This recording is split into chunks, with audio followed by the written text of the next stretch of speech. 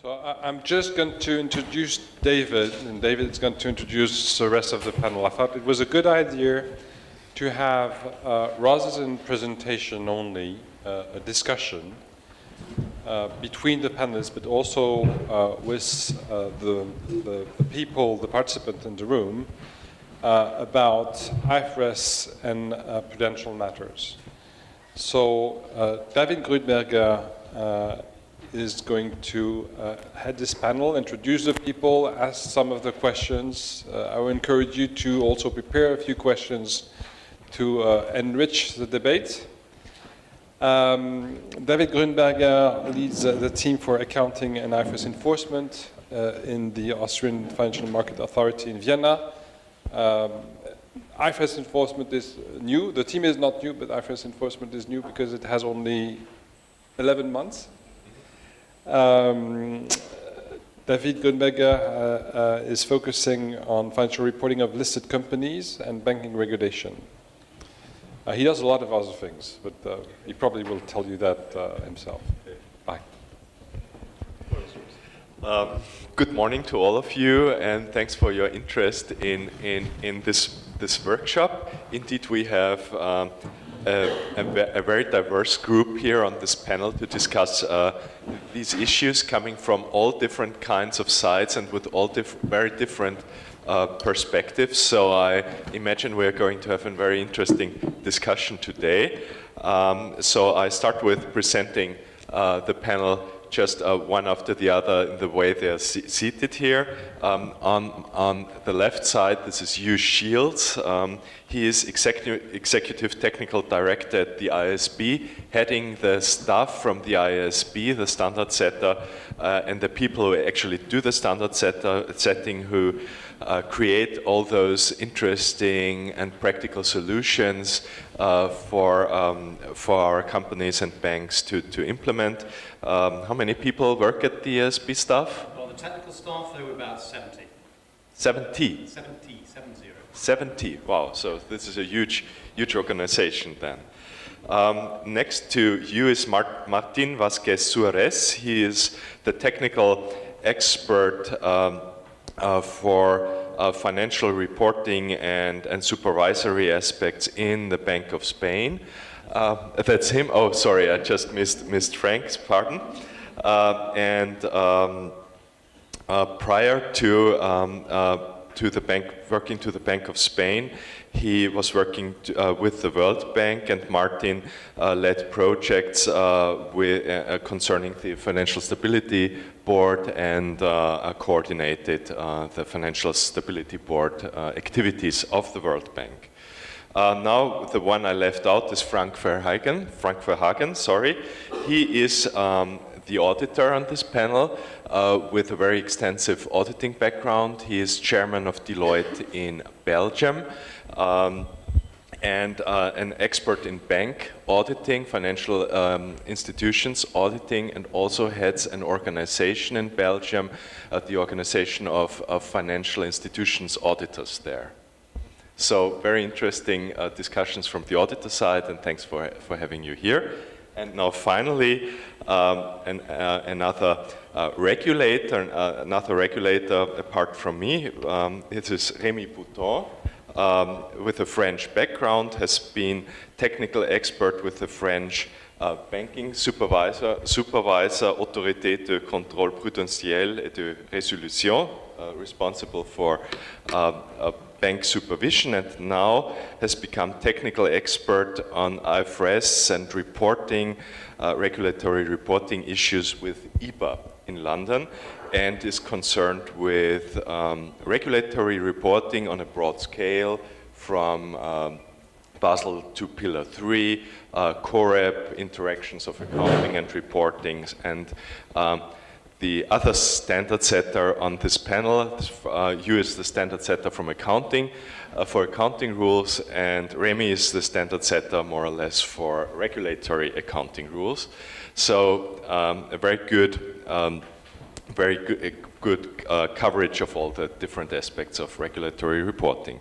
So what are we going to discuss today on this panel?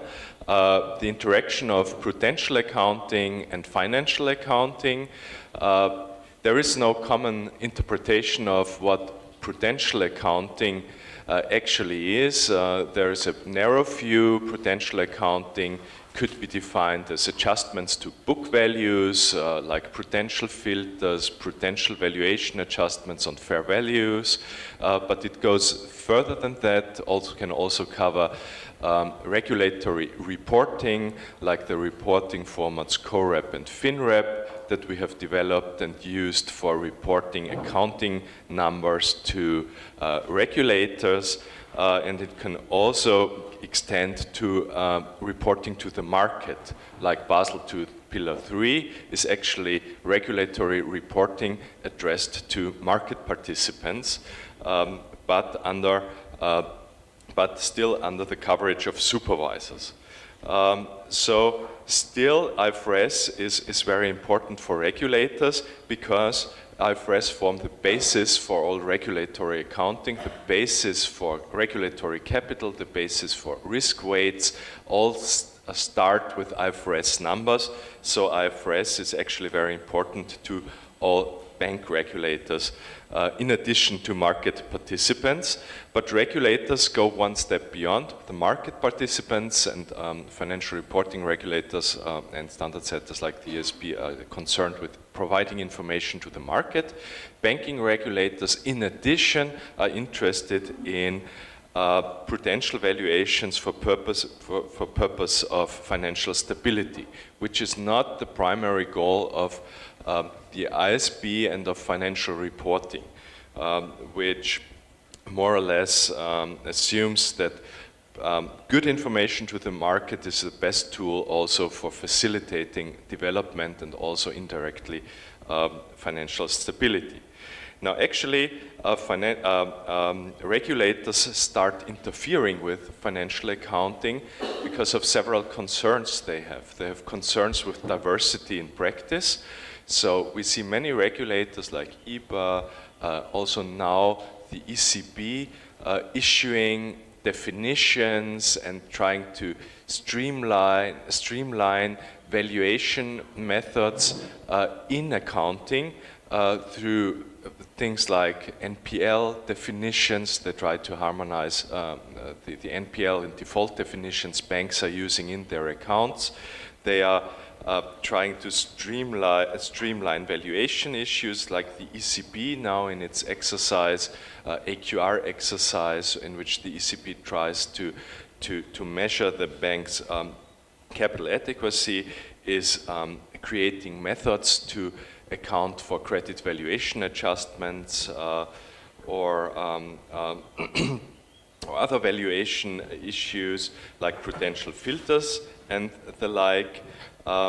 And regulators, as I've already said, are creating their own reporting formats like COREP and FINREP, and now the ECB has also created reporting formats for this for the purpose of this AQR exercise, where banks and auditors actually report on the bank accounting numbers to the ECB and to national regulators. So this is the background we're trying to cover in our discussion, a very diverse background, which also gives rise to many implementation problems, many interactions between different reporting concepts. And for this purpose, I start with my first question to Martin. The first topic we thought about in preparing this workshop is the fact that IFRS aim and have a very broad focus on providing relevant information to the market. So IFRS is oriented towards market participants, which is basically a good thing, and regulators now start interfering with IFRS and trying to create their own definitions, although they have the possibility to get information from the banks directly, and they are not limited to the information that the market is presented through the IFRS account, and they can ask any question they can and information from banks directly. So why are banking regulators concerned with IFRS accounting if they can acquire all information they want from the bank directly through their supervisory proceedings? Thank you, David. I come from Bank of Spain, So I am supposed, we were discussing right now when we were having the coffee, that I'm supposed to have here the regulatory perspective, meaning, you know, the person who is obsessed with obscuracy. We don't want the markets to know who has a problem because we know better than anyone. And I see in the faces that many share that vision.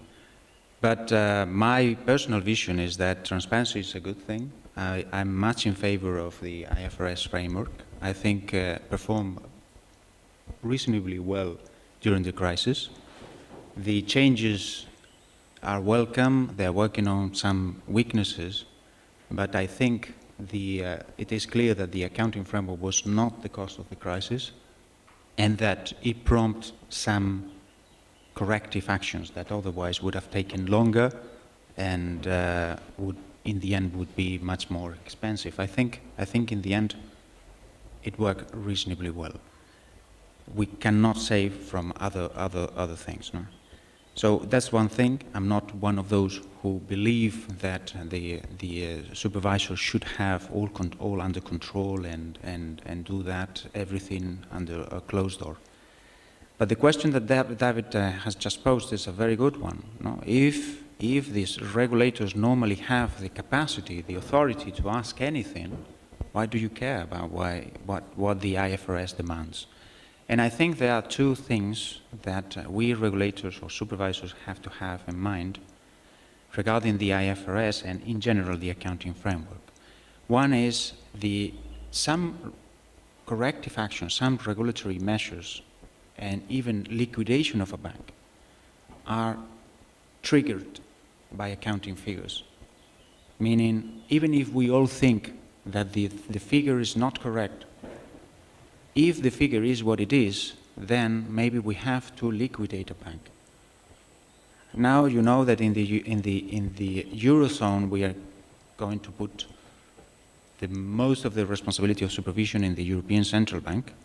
And one of the pillars is what they call the single resolution mechanism. That single resolution mechanism means that when a bank is under severe stress, maybe it is better just to push the button and maybe liquidate the bank, resolute the bank. That resolution, one of the key trigger facts is accounting. So for a regulator, for a supervisor body, it's not irrelevant what the accounting framework says, because it can prompt him or her to do things just because the law says so. But also there is another reason why it is not irrelevant, and it is because market participants need some guidance, some orientation on how valuable things are. Because market participants don't have all the information or the capacity to analyze that information, and they look at each other. As I said to one senior manager in Bank of Spain regarding these market dynamics, is maybe you saw in the park these pigeons looking at each other, no? And then a couple of them start flying and the rest follow suit. Why? If you talk to them, and I talk to the pigeons quite often, they told you, they could tell you that actually I flew just because I saw you flying. I thought you knew something. This is what in economics they call the asymmetry of information. You just do something because you think the other person is better informed. And for us, for regulators, that information comes in many occasions from badly perceived accounting figures. That's why I truly believe that more transparency is better for financial stability, because what creates this asymmetry of information is lack of information, not too much information. But in any case, and just responding to the question of David, was for us it's also important to know, in order to anticipate what markets are going to do, what the accounting framework says. Okay, I don't know. Yeah, interesting. So the market is kind of a competing regulator through his capital charges and credit spreads. So banking regulators cannot leave out the market, which somehow also leads me to to you, who is not only has not only experience in standard setting from the IASB part, but who is also many years of practical experience when he worked for Credit Suisse as a management director concerned with financial reporting issues. So from both of your standard setting experience and practical experience, which do you think is more important for a bank internally, regulatory reporting or financial reporting when it comes to business decisions, product pricing, strategic decisions, internal reporting? What do you think has a stronger impact? Thank you. It's a good question, and good morning to everyone. It's a great pleasure to be here. I think it would be simplistic to say that one or the other is always more important, and to some extent it depends when you ask the question. I think generally if you ask the question this year or in the last 2 years, you probably would settle on regulatory reporting. I'll go into a little bit of detail why that is. If you ask the question in 2005, when the whole of Europe was getting ready for IFRS, and at that time I was running a technical accounting team and people were charging around trying to figure out how we're going to mark-to-market derivatives, how we're going to do hedge accounting, what does it mean for our clients, what does it mean for their hedging strategies, what does it mean for our business model, you might have clearly said it was accounting that was more important at that time. But of course today, post-crisis, if you ask the question, if I ask a slightly more nuanced question, what is more significant, the changes in regulatory capital rules that we've seen over the last few years, or the changes in accounting, and I would use the word principles as well as rules, actually. I think we always like to say that IFRS are principles-based rather than rules-based. But if you ask that question, which of the changes in these two different regimes has been more significant, I think one has to conclude it is the regulatory capital rules at this point.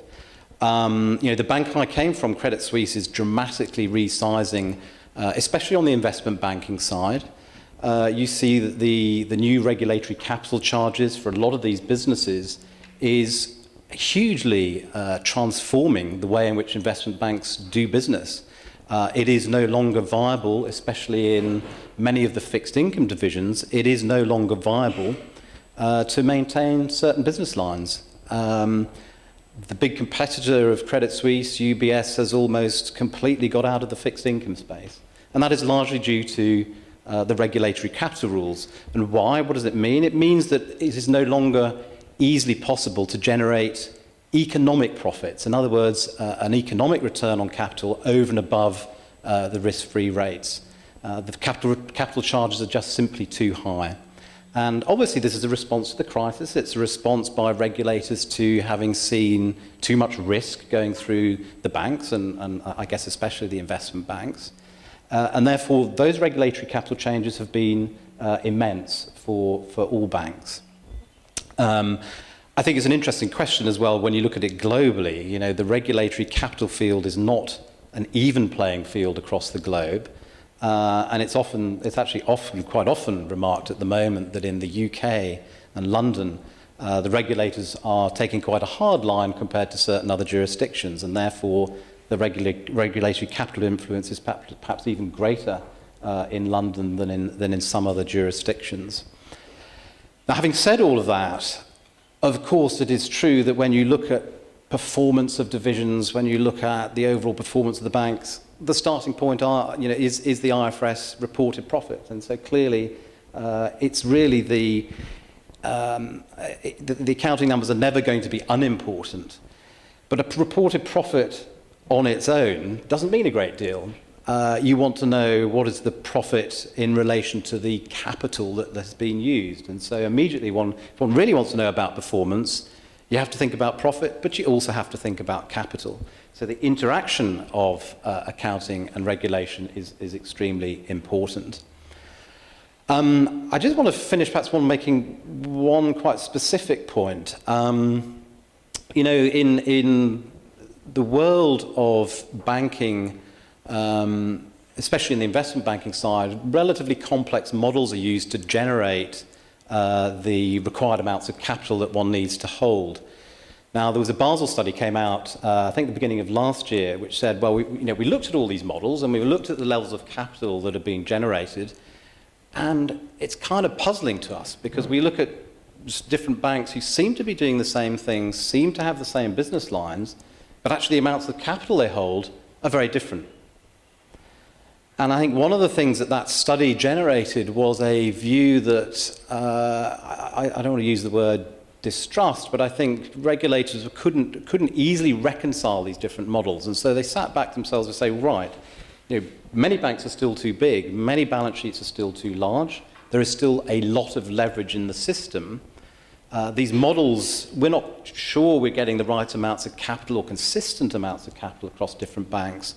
So what should we do?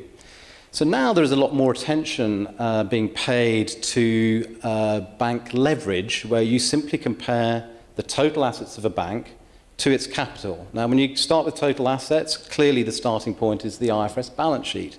So it's unadjusted by risk weights and whatever. It is the total assets of IFRS.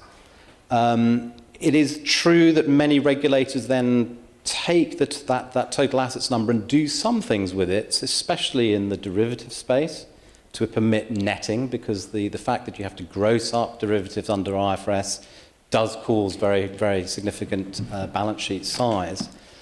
But with one or two adjustments like that, basically there is a lot of focus on bank leverage, where the starting point is really accounting. And there is a lot more focus, I think, now with regulators on the outright balance sheet size of banks.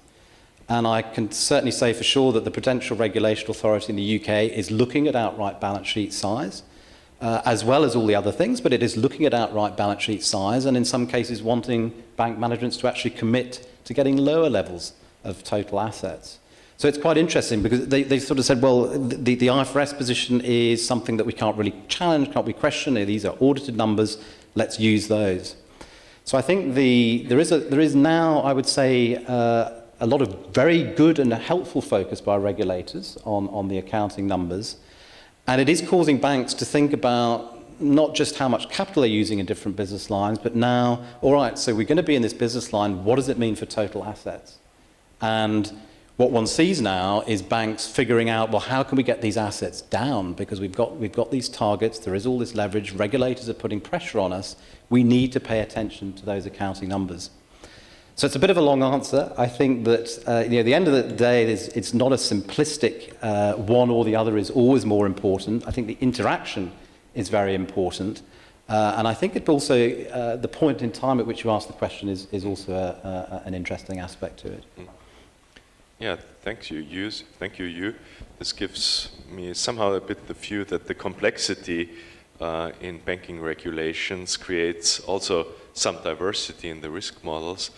And so funny to see that regulators revert to the simple accounting numbers again through balance sheet focused approaches and leverage approaches, because their own system is becoming so complex, everyone does something else. It could also be an interesting focus, and this somehow also is a good question for Frank, who audits banks and who knows in practice how banks and auditors get along with the two sets of rules, CFRR, all those technical implementation papers of banking regulators, which I think I haven't counted them, but they could amount to some 2,000 pages. And on the other side, we see the IFRS and all the guidance included in the textbooks the IASB is issuing every year, which has also even more than, I think, 2,000 pages, which are updated every year. So how do you expect auditors and banks, and especially auditors, to get along with those two rule books and the complexity of interactions, and what skills are required from auditors in this context? Because Belgian auditors audit both financial reports and regulatory reporting, similar to Austrian auditors. Thank you, David, for the question. And first of all, good morning to everyone. I'm pleased to be here on such an interesting topic. In 2008, in May 2008, I have been nominated at two big banks in Belgium. It was a very bad risk assessment that I did because it was the bad timing just before the financial crisis exploded in August, September 2008. So, but this gave me the opportunity to have to be witness of what happened in the sector during the 6 previous years. I think the skills auditors, we are trained in auditing balance sheets, in auditing income statements, and I agree with Martin that there has not been losses that were hidden away and that popped up some years further, and I think it was thanks to IFRS transparency and so on. I have a little bit more doubt whether markets can live with volatility, and with mark-to-market volatility, I think they're still not used fully to absorb the impact of IFRS on volatility and on the accounting numbers. But I fully agree that IFRS has helped with transparency and taking the loss and booking the loss at the right moment when the loss occurred. On the skill side, because that was your question.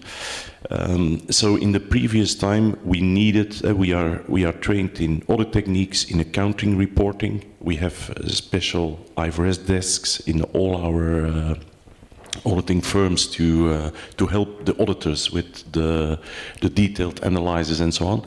And now, of course, with the CRD regulation, we also need risk experts, and risk experts who can value and judge whether the prudential reporting is well done.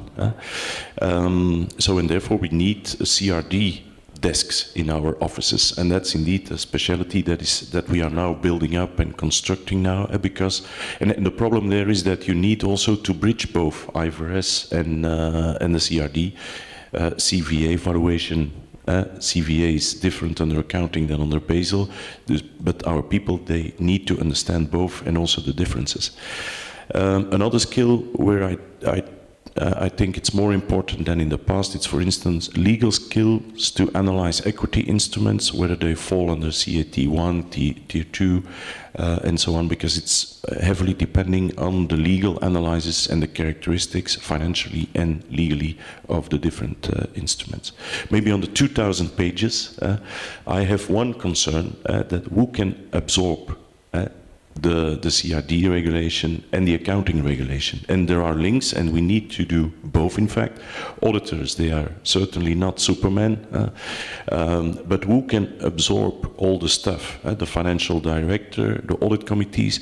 I've seen, and I really, and that's my concern, that we are building a little bit too much complexity, too much detail in all the regulation.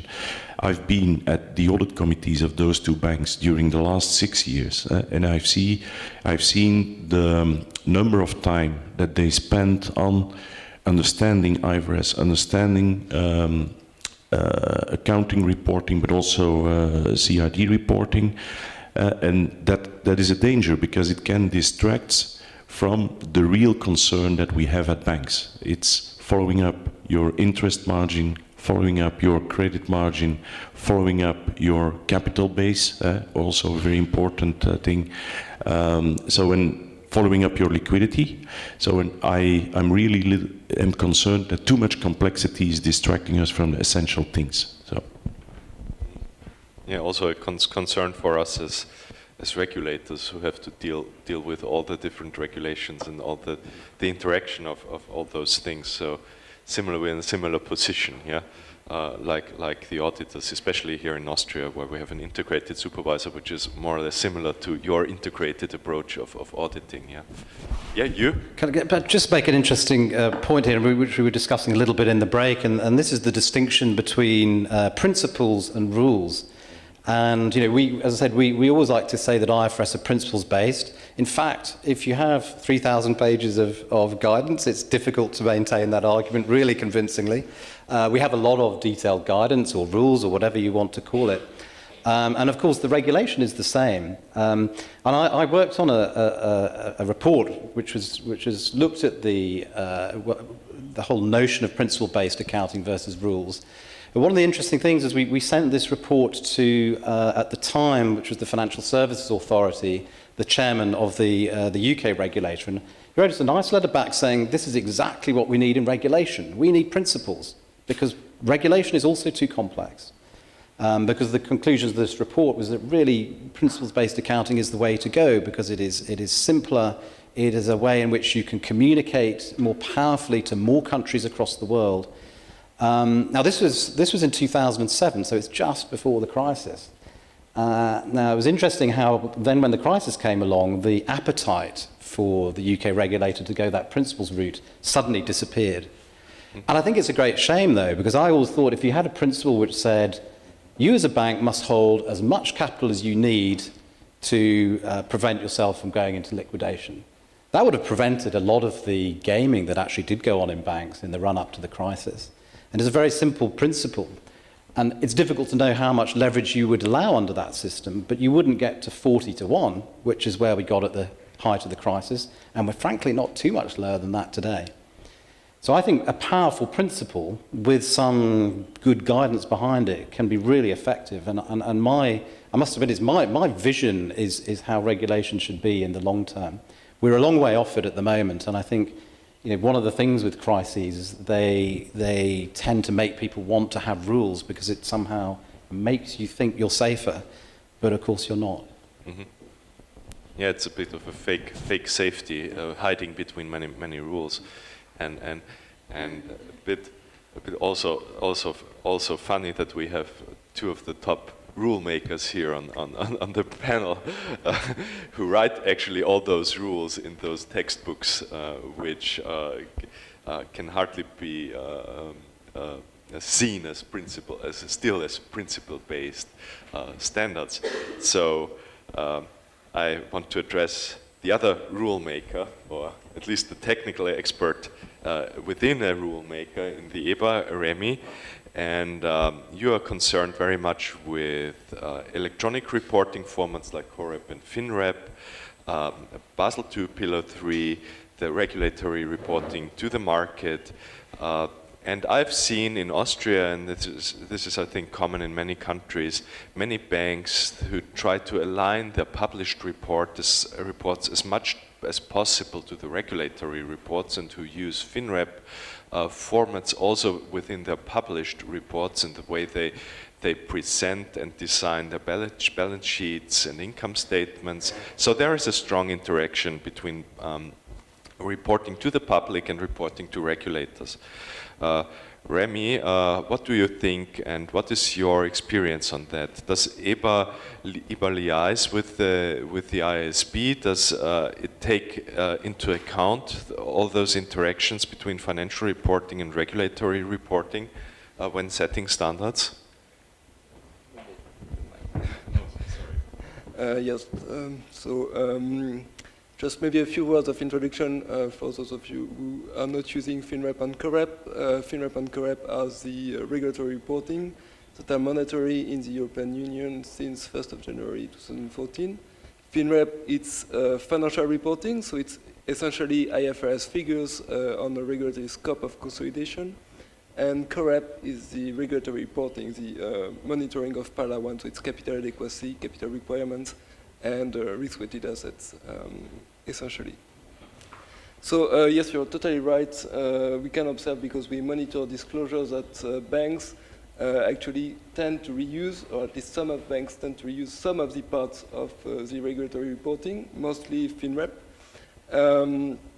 So to be clear, nowadays FINREP, it's not mandatory to publish it, it's supervisory reporting, so banks are free to do whatever they want. They have to send this FINREP reporting to us, first of all to the national supervisory authorities, and then national supervisory authorities send some of the FINREP to the EBA, and for those who are under the remit of the SSM ECB, it will be also sent to the ECB.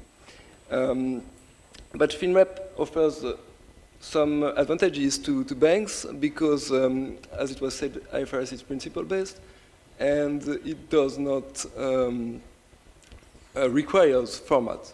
At least you have some implementation guidance in IFRS with format, but it's not mandatory. So even if you have table, even if IFRS tells you yet that you have to provide disclosures with some tables, it doesn't always provide you with the table. So banks only use FinRep to make up for this, what could appear as a small gap in IFRS, for first the format and also for the definition, because FinRep goes with rules, and these rules define what has to be fitted in the tables, and so it provides bank with some rules, for instance, for the amount of collateral they have to take into account in their risk mitigation figures that are disclosed. Now do we interact with the IASB? Yes, we do, because all our proposition, if you want, all the supervisory reporting we issue is preceded by a consultation phase, and during this consultation phase, it's public consultation, and of course, every stakeholder can submit answers. But we have mostly, because the purpose of financial reporting, at least regulatory reporting, and IFRS is a bit different. IFRS is to provide information to market participants and information focused on the performance of an entity.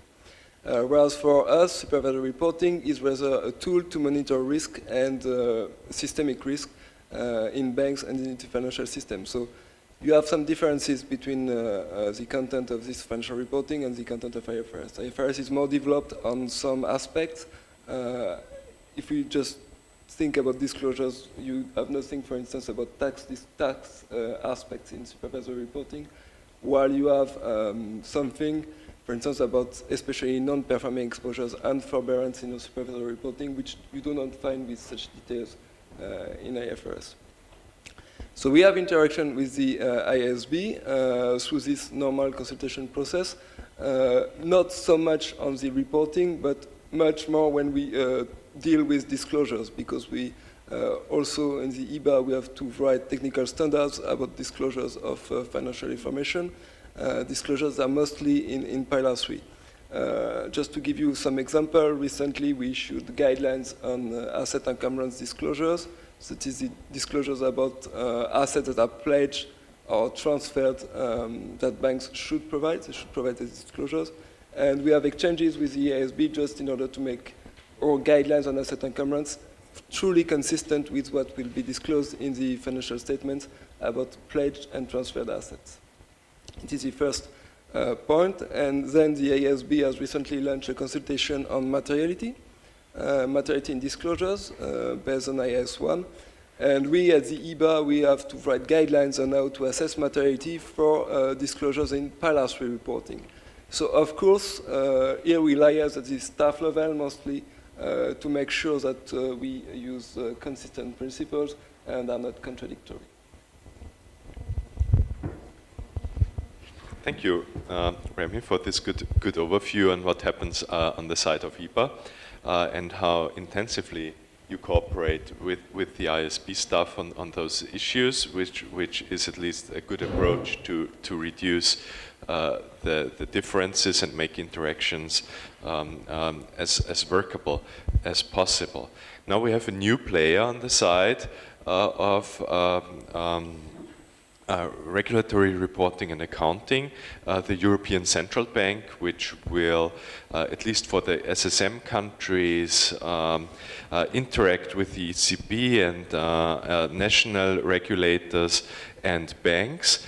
And one of the key projects the ECB, the European Central Banks, is now performing is this asset quality review, which most of you have heard about.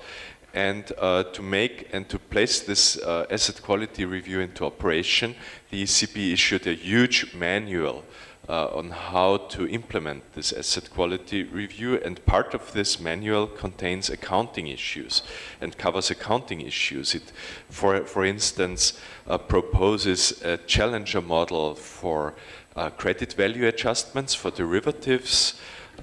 It proposes a challenger model for collective provisionings under IAS 39, and it contains some definitions for non-performing loans, which are aligned to the EBAT definitions.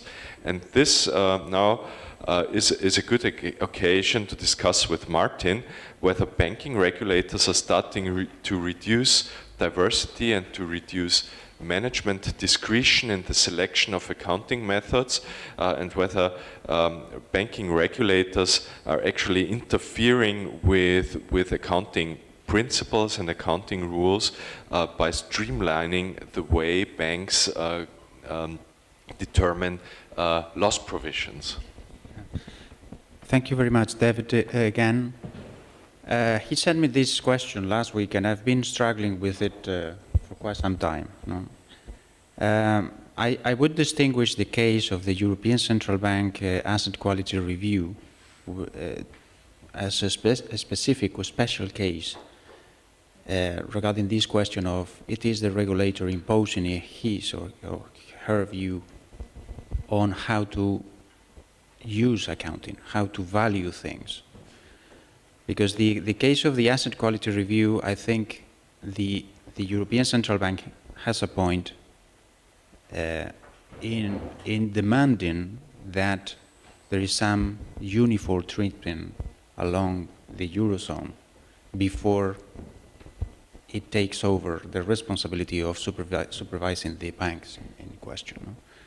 Meaning, after November this year, the head of the supervision will be in the Eurozone will be the European Central Bank. And it is not clear that every bank in the Eurozone has used the same criteria in order to determine how solvent the banks are. So it makes sense, I understand the position of the European Central Bank. Before you send me that responsibility, I want to know exactly what you have in-house. So in this specific case, I understand that the European Central Bank issued this massive, too detailed manual saying, when we talk about this, I mean this. And then they send their own people to check these portfolios and everything. That makes sense. But the question that David posed is a very good one. If we believe, as we said before, in this principle-based accounting, then the practitioners, the preparers, should be allowed to have some leeway on how to interpret things, depending on the situation of the company, the business model, things like that. It makes sense that we are not talking about those trying to cheat the system, trying to hide losses. Things can be viewed in different ways. And what we see is that sometimes, for instance, Bank of Spain used to be like that. Regulators impose their vision. They say, no, when I understand that the IFRS recognizes this capacity for the preparer to do things this way or the other way, but you are going to do it like this because I'm telling you so. But the thing is, again, the question of principles versus rules. Principles are very tempting. You know? It's a philosophy, a conceptual framework. And then we all, in our best knowledge and faith, good faith, try to implement the thing. But then when you go to the practical facts of the very complex institutions that we have to monitor and supervise or audit, and then you see that it is not that obvious to know what, in practical terms, a principle means. And in order to enhance comparison between institutions and in order to have a level playing field and in order to make decisions in time, it is important that some homogeneity in the way to interpret rules is in the marketplace. So then, from that philosophical point of view that we all like, which is we want principles, just principles, then in practical terms we all move to the rules. And not only because some people, some banks, some regulators did not believe in transparency. It is because it is very complex. It's very difficult to know exactly what a principle based on a bank means. No? So apart from the case of the asset quality review of the European Central Bank, which I understand, which I share, the interest of the European Central Bank to have a clear picture before they take the responsibility, I think that the position of the regulator is understandable, because in the end they are responsible for many institutions. They want some kind of uniform rule to be applied to all institutions, and they understand things the way they do. So is this affecting the diversity? It is. Is that a good thing? It is not. Can we do much about it? I doubt it. Mhm. Okay. Very pragmatic answer. Both Remi and Martin somehow touched this area of regulators dealing with IFRS, and actually the discussion somehow showed a bit of a confrontation, but actually between those sets and those different approaches between the IASB and the regulators. Actually, regulators adopted IFRS for their own system and put much value on IFRS and entrusted the IASB with providing the central valuation standards for their own framework. So actually, this is a very mutual and cooperative setup, and not a competing setup. And is the IASB on the other side willing to adopt and to recognize demands from the regulators for stronger harmonization and for less diversity in practice, or is the IASB less concerned with the regulators' demands that regulators have for their capital requirements purposes? Well, of course, we listen to all our stakeholders, and the regulators are a very important stakeholder for us, especially, but not only in Europe.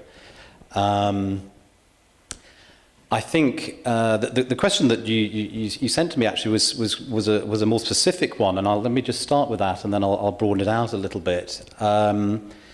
The specific question I was asked is the IASB willing to work with regulators when it comes to the implementation of the new financial instruments standard, which is IFRS 9, which I know you'll be hearing about later in the week, and specifically in relation to impairment. There are three elements to IFRS 9. Just very quickly, there's a classification and measurement bit, there's a bit that covers hedge accounting, but then there's this bit that covers impairment. And in this new standard, we're moving from what was currently under IAS 39 an incurred loss model to an expected loss model of provisioning. And it's kind of a three-stage thing. You can have performing loans, loans which are beginning not to perform, or underperforming loans, and then fully non-performing loans. And as you move through this hierarchy, you have to go from recognising 12 months expected credit losses to full lifetime expected credit losses. Now, because you're talking about expectations of the future, the chance that you will get some diversity is extremely high. And how banks are going to apply these concepts, there will be some diversity in practice. And therefore, it is an interesting question. How are we going to make sure that we get at least a reasonable amount of harmony in how these standards are applied? Two things. I mean, firstly, we are looking at a mechanism. Due process prevents me from telling you any detail on that, but we are looking at something specifically in relation to impairment. The other aspect of it is, though, that there is a Basel committee which is looking at impairment. There's a working group that's been set up. We are part of that working group. And so that will also be a mechanism for ensuring at least some consistency of application. I just want to make a few broader comments, though, and let me come back to the principles rules thing, because I think it's a really interesting area when you talk about accounting and regulation. The report I worked on did not conclude that one should have principles-only accounting. And I don't think the notion of principles-only anything in terms of regulation can ever really make sense. The notion of when we say principles-based, what we mean is the principles are the most important things which give you the direction of travel, but you will always need some guidance to make those principles operational. And in the report I worked on, which was not an IASB report, it was my institute report, we said the guidance that you should have should be the minimum amount to make those principles operational. And I think that's the kind of framework one should be aiming for, because the notion that one can build so many rules as to completely ensure comparability and consistency in every single institution, that is an illusion. That will never happen. And the idea that we can find that many rules to achieve that is not ever going to make sense. So then you do come back to the conclusion that as a regulator, as the IASB, as auditors, even as preparers, as users, you have to accept that there will be some elements of, when you look at different institutions in the same industry, they will not be fully comparable. And the real world and human nature is too complex for that ever to be the case. So I think, in answer to the question, are we willing to work with regulators to ensure consistency and minimal diversity? Absolutely we are, but we have to make reasonable best efforts to do this, recognizing that complete comparability is an illusion which we will never reach. Thank you. Yeah, I see actually this process that many new rules will actually reduce comparability, and this will probably be the challenge for the next 10 years to maybe catch up with implementation and different implementations. So this will be both a challenge for banking supervisors, but also for accounting enforcers and auditors who are concerned with the financial statements. And this also leads me back to Remi, who might see all those topics from the EBA point of view and the banking supervisors point of view, where banking supervisors might have their preferences and their demands in reducing diversity, but on the other hand, any interference from banking supervisors with banks' accounts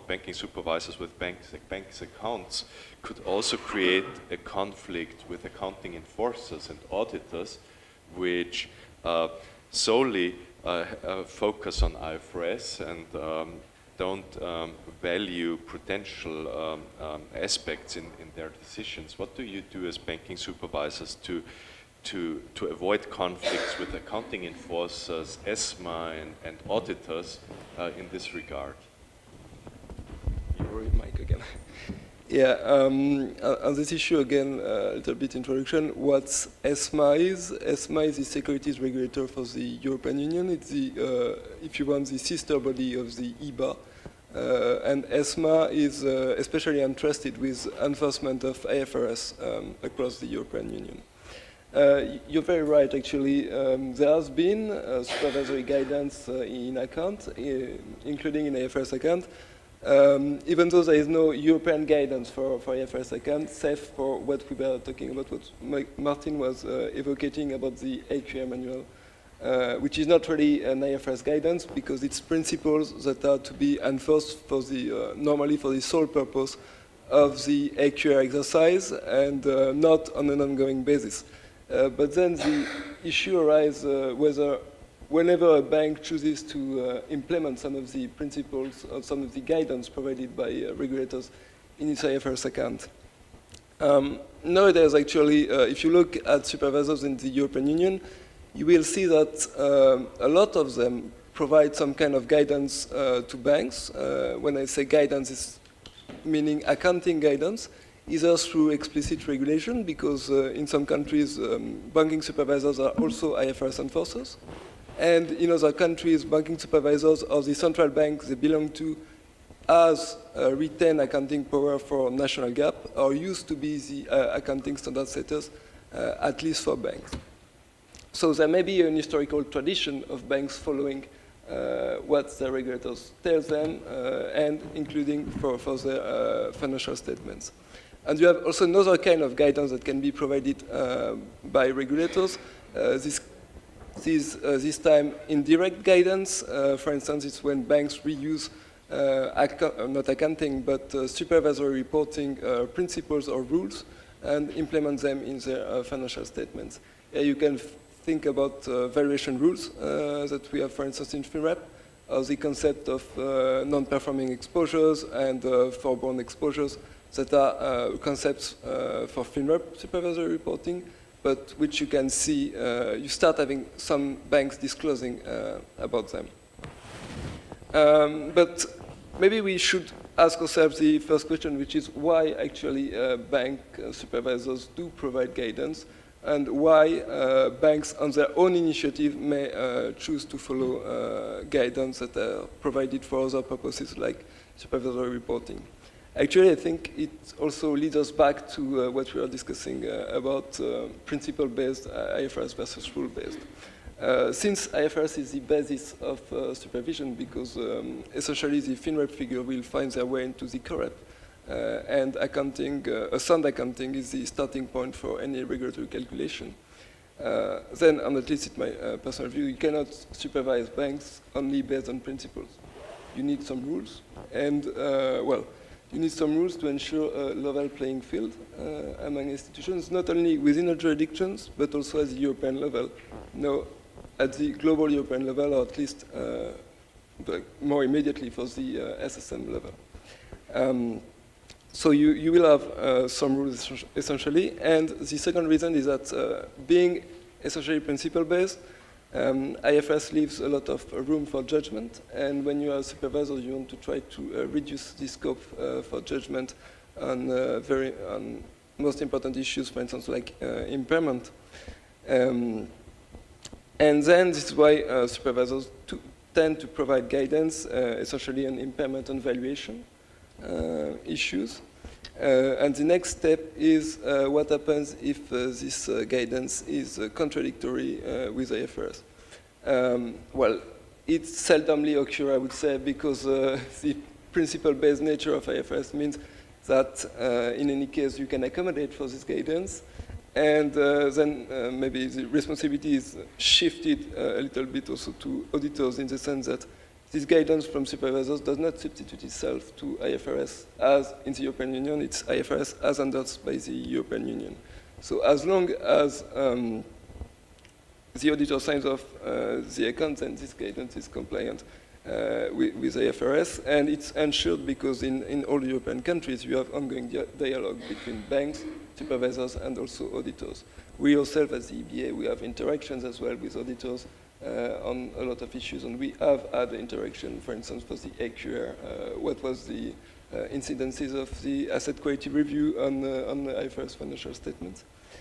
And in the seldom case where you could have a contradiction between this supervisory guidance and the IFRS rules and principles, then you have this tool of Pillar 2 rules, which allows supervisors to force their banks to use specific rules for valuation, provisioning, for the purpose of regulatory calculations. And of course, we are dealing on this issue of supervisory influence on IFRS, not only by interacting with auditors, but we keep in touch with ESMA on this issue, because ESMA is the IFRS enforcers in Europe. And especially as there might be some development on the Basel side, as was mentioned by Hugh, we'll have Basel may consider issuing some kind of guidance or implementation guidance on IFRS 9 and in IFRS 9 impairment. I mean, and in this perspective, of course, we'll have further interaction with auditors and also ESMA. Yeah, thank you, Remi, for this extensive description of where the problems lie on from the EBA perspective. And finally, I want my last prepared question before we start discussing and opening the floor on those issues is to Frank, the practitioner here on the panel. banks suffer from complexity, bank auditors can suffer from complexity, but there might also be some beneficiaries, the consultants, yeah, who might benefit from the complexity and provide banks also with services and trying to align those different sets of rules and find common solutions and systems which can bridge the differences. What kind of services are audit firms and consultancies providing to banks? Do they see banks increasing their costs, changing the systems, facing challenges with the interaction of those two sources of rules, and how do banks improve their systems in this regard from a consulting and auditor's view? Yeah, David, I think you're totally right. When I was warning everyone against complexity, I was speaking against my business model because we are living from complexity. Our consultants, they are helping banks to set up IT system, to understand what the standard setters are producing on a monthly basis, technical notes and so on that are issued. We are helping banks to set up, for instance, databases, because that's one of the major issues. Also, it's reliable information from the different systems from banks, and combining financial information with risk information. Before you had finance and risk, and now you have to combine a lot of things because you need the risk information and the risk appreciation to do the adequate reporting also to the so there are a lot of issues in the banking world where consultants are helping. On the cost side, I guess that, and there are 4 bigger banks in Belgium, I think they have a team, 25 people, all, this is a guess, 25 people working only on prudential reporting, not on IFRS, but especially on prudential reporting. So it's a considerable cost together with IT systems that they have to adopt and so on. Their main issues are also, like I said, integrate risk into the financial reporting, the databases, and then of course that as well IFRS rules are not yet mature. There are still important changes that will go on. The same for prudential regulation, and there I invite the 2 standard setters, the accounting standard setter and the prudential regulation, to align as much the concept, the definitions, and I fully agree with Martin that if you do the AQR, you need to be very precise if you want to have a level playing field and a starting point and a good evaluation of every individual bank's own assets, own funds and so on.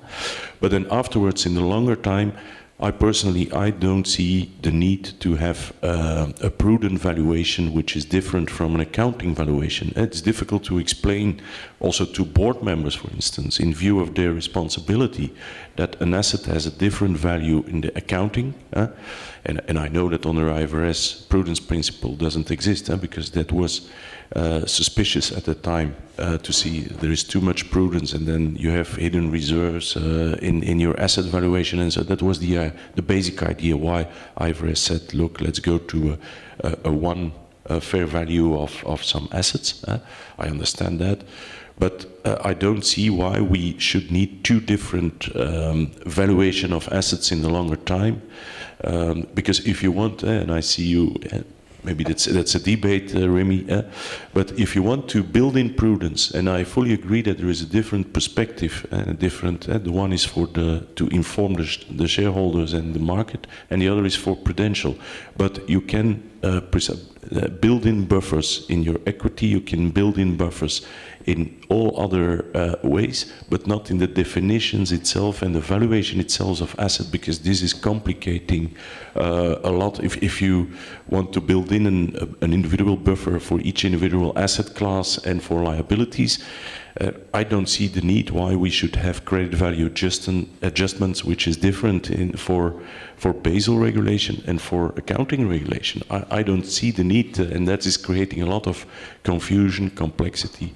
And like I said, some board members have questioned that already, because they said, why should I, because they are responsible to issue the financial accounts, do they feel comfortable to sign off on the accounts while they know that, for instance, the regulator is asking for adjustments on certain value of assets? This is counterintuitive, and they fear about responsibility and so on. And I invite the IFRS standard setter to maybe reintroduce or accept prudent valuation or something like that. So this was my invitation. Both you and Martin have comments on. I'll just make a quick comment on prudence. I mean, the board has been discussing prudence, and we're looking at the conceptual framework at the moment. We will be publishing an exposure draft on the conceptual framework, hopefully by the end of this year, but if it's not the end of this year, very quickly shortly after that. And prudence is very likely to come back as a concept. It has been discussed by the board. There are no final decisions yet, but it has been discussed by the board, and there is definitely appetite to have that word back in the conceptual framework. The question, of course, is, what does prudence mean? And this is where we had very extensive debates in the recent board meeting. I think, if one could summarize what was a very long discussion, probably two things I would pull out. One is it means that you are cautious under conditions of uncertainty. If you're not really sure what the fair value is, if we were looking at a fair value, one should be cautious. But then the other word is neutrality, and this is where it gets interesting, because what we're really after is unbiased reporting. It shouldn't be biased upwards or biased downwards, because both are a challenge to transparent financial reporting. So those are the two things I think that have been discussed, and which are, we'll have to see what happens with the exposure draft, but that's the direction that it's going. Yeah, I think before I hand over to Martin, that there is a way of aligning both neutrality and prudence. You will do a lot of work on rethinking the definition of prudence, which is useful. But actually, the market itself is prudent in a certain way through information asymmetry. The less information the market participants have, the lower the prices they charge on products, because they have, from a prudential point of view, also liquidity premia, where they actually charge for uncertainty and lower the fair values in the case of uncertainty. So prudence in itself is not something which is opposed to a market view. Prudence is also incorporated in a certain way in the market, since it is a general concept that uncertainty creates premia and creates cost, and higher certainty reduces cost. So actually there is no fundamental conflict between those two concepts. So I think there is a conceptual way of aligning both concepts. We believe so, yes. I'm glad you agree. Okay, Martin.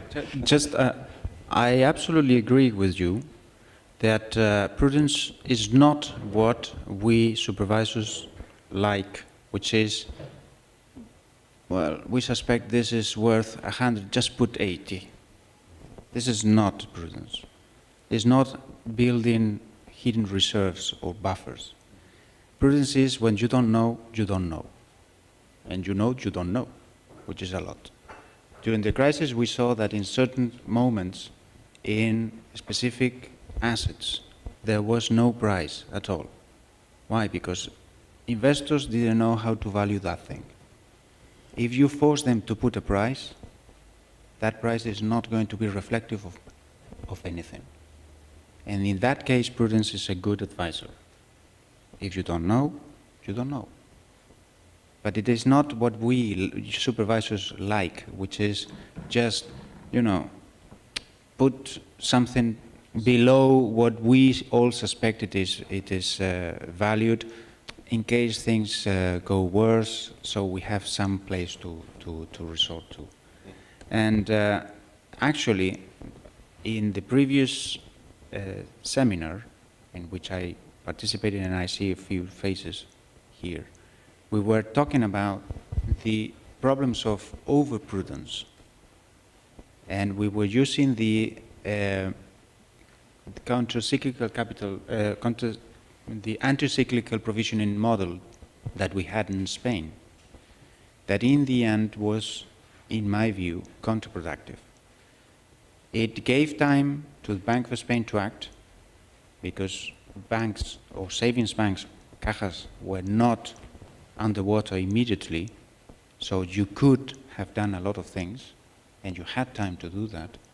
But in the end, since banks were not presenting losses immediately because they had these provisions, because they were not reserves. That's the main difference between a reserve and a provision, is the impact in the profit and loss account. Since they were not presenting outright losses, the Bank of Spain, if it wanted to, and I doubt it, but even if it wanted to act, had a very difficult position to hold, because you cannot act unless you have outright losses in the profit and loss account. And that is why I say that excess prudence can lead to paralysis. And things that have to be corrected, and the sooner the better, cannot be corrected just because we don't have the tools. So prudence is a completely different thing from that. Prudence is when you don't know, you recognize you don't know, and live with that. Yeah, thanks. It's a good summary from Martin. I'm looking to Pascal. I think we have still a quarter of an hour of time left until 12. If you would think so, we could have some questions from the audience. I think we can open it to the floor if anybody wants to ask any question. I certainly have a few, so. I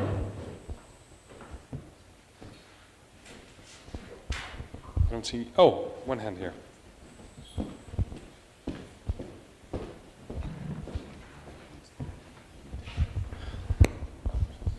Thank you. I'm Gruenberger Kuchera from Ministry of Finance from Czech Republic. In my view, the major problem between fair value measurement and regulatory measurement is stems in this that IFRS use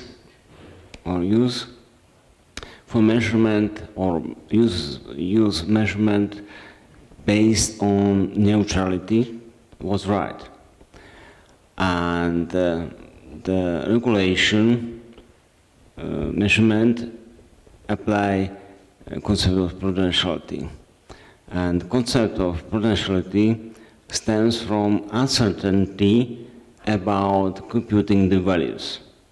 This problem. Over the time, the measurement methods are more better. Also, this difference should be more closer and closer through time, I think. Second one problem is different measurement of capital basis in the IFRS and in prudential or regulatory purposes. That's main two problems between them, and therefore they can be the same yet. Thank you. That was more common. Okay. Any question? Well, I have a comment that actually I would like you to comment on. It's about the complexity, and certainly the two last times I've seen such complexity was when IAS 39 was discussed, when it came that something that was, I won't say simple, it was still already complex, but became monster, and CRD4, which was not simple again, but became monster. And it seemed that the discussions with the stakeholders made it a monster because everybody wanted to have something in addition to in there. So maybe if I could ask Remi and Hugh to give a comment on that. I think, David Tweedy, who was the previous chairman of the International Accounting Standards Board, he was fond of saying that if you read IAS 39 and you understood it, you haven't read it properly. And one very senior finance director in the UK said, it's the worst accounting standard ever written. I think the reality with IAS 39, it was brought in at relative high speed at a time when Europe had signed up to international standards. And in order to get something done, it imported a lot of, it was mainly FAS 133 actually, which was an American accounting standard which covered derivatives. The FAS 133, to the best of my knowledge, is the longest accounting standard ever written. With all its guidance, went to 1,000 pages. And that was just derivatives. It didn't cover cash instruments as well. So that was one of the reasons why IAS 39 ended up being very complex, especially in the area of hedge accounting, where the myriad of rules is really, really very tough. Now, obviously, we are now, well, not obviously, but you may know, we're about to publish IFRS 9, which is a reworked financial instrument standard, where we have indeed listened to lots of different stakeholders and tried to make some sensible decisions in the three areas that I mentioned that we were looking at that IFRS 9 addresses. So in classification and measurement, we now have an approach which is really based on business model, and so you can kind of understand that. There's a logic, there's a rationale to it. We have a hedge accounting model which is based more closely on how companies and other institutions actually manage their risks, and it's much less rules-based, and will be more user-friendly. And then we have the impairment area where we've listened to a lot of stakeholders saying that, as I said before, the incurred loss model of IAS 39 was considered not fit for purpose during the crisis. I mean, one could debate that, but in any event, we've moved away from that. And we now have this expected loss model, which is considered that it will more easily or readily signal to users the accounts when there are emerging problems in bank loans. So we've tried to listen to stakeholders as far as possible. We haven't been able to respond to every single stakeholder request that has come in, which is a little bit your question. It's complex because we're trying to do all these different things for all our different stakeholders. We can't do that. One of the big areas is that big banks are now issuing these so-called bail-in capital instruments, and there's been a lot of folks telling us we do not want these to be measured at fair value. And the board was not able to agree with that conclusion because they're very equity-like. And so there are those issues where, I think the standard setting, one thing I've learned is it's all a question of balance and acting in the public interest. You can't do everything that everybody wants because people will want competing things, and also some things that people want are not in the public interest. And it's, the board's very difficult duty, I suppose, to weigh all these things up and come to considered conclusions which reflect not what the majority necessarily think, but what is in the public interest. And I guess there's also, we pay a lot of attention to what users think, because we are ultimately trying to get financial statements which are transparent and which reflect as far as possible underlying economics. So it's a careful balance, but I think you're right. We have many different competing demands, and it is a source of complexity, but it's a source of complexity that the board definitely does try to manage. Maybe you want to add something? I will have actually a similar answer, I would say, because on the regulatory side, there are many interactions to take care of.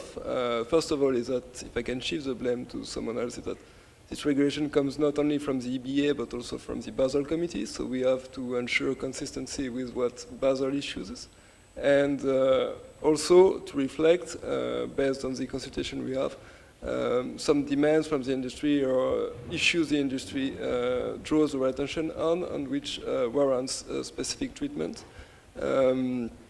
And also interaction with the other national competent authorities, which may have some preferences for which are other options.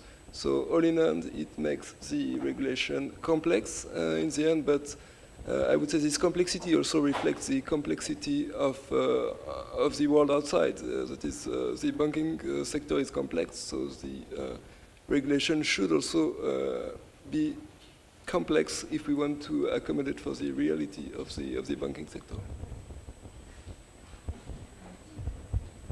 Thank you. Maybe a question for Frank now. Frank, in your business, you both are, you're an auditor for banks, so you look whether the IFRS have been properly used, but you also working as, I would say, a complement to the supervisor and the regulator. So you have two frameworks in mind when you're actually doing one job. How does that work? Does that raise a standard for audited banks?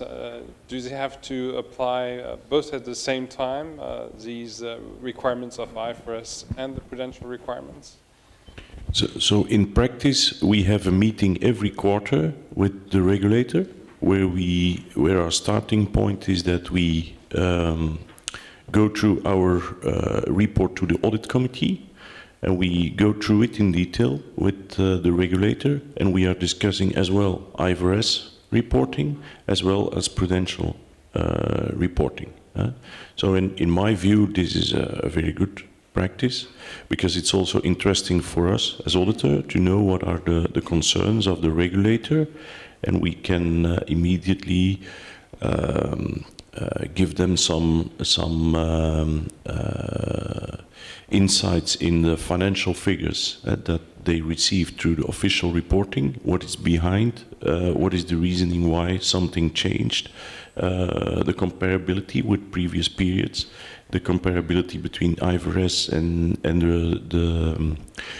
the reporting for prudential things. So I think it's best practice, in my view, to have regularly a meeting, auditors with the regulator. That's how it works in practice.